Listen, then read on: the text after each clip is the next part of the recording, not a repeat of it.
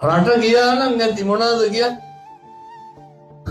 මගේ කියන විදිහටම කියන්න. එවුන්ද තියනවද? විඳින දුක පේනවද?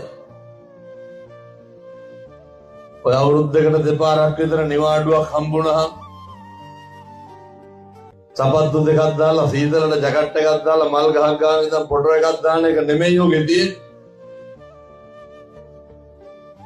රටේ ඉන්න තරුණයන්ට නින්දක් තියෙනවද?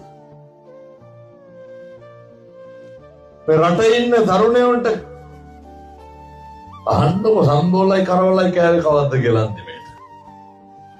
එහෙම නැහැ. ගමක් පන්සලක් වෙලක් පිට්ටනියක් යාළුවෙක් ඉන්නවද? අපිට මේ දවස් 4කට 5කට ගිහිල්ලා ඉන්න බෑ. පිස්සු වගේ හැදෙනවා ඇයි? ඒ තරුණයෙක් විඳින දුක. එහෙම දුක් විඳින අතරේ මොකද්ද තරුණයන්ට හිතලා තියෙන්නේ? මේකට දායකත්වය ගන්න. ඒ හිත්වලට පින්නතුනි ප්‍රාර්ථනා කරමු.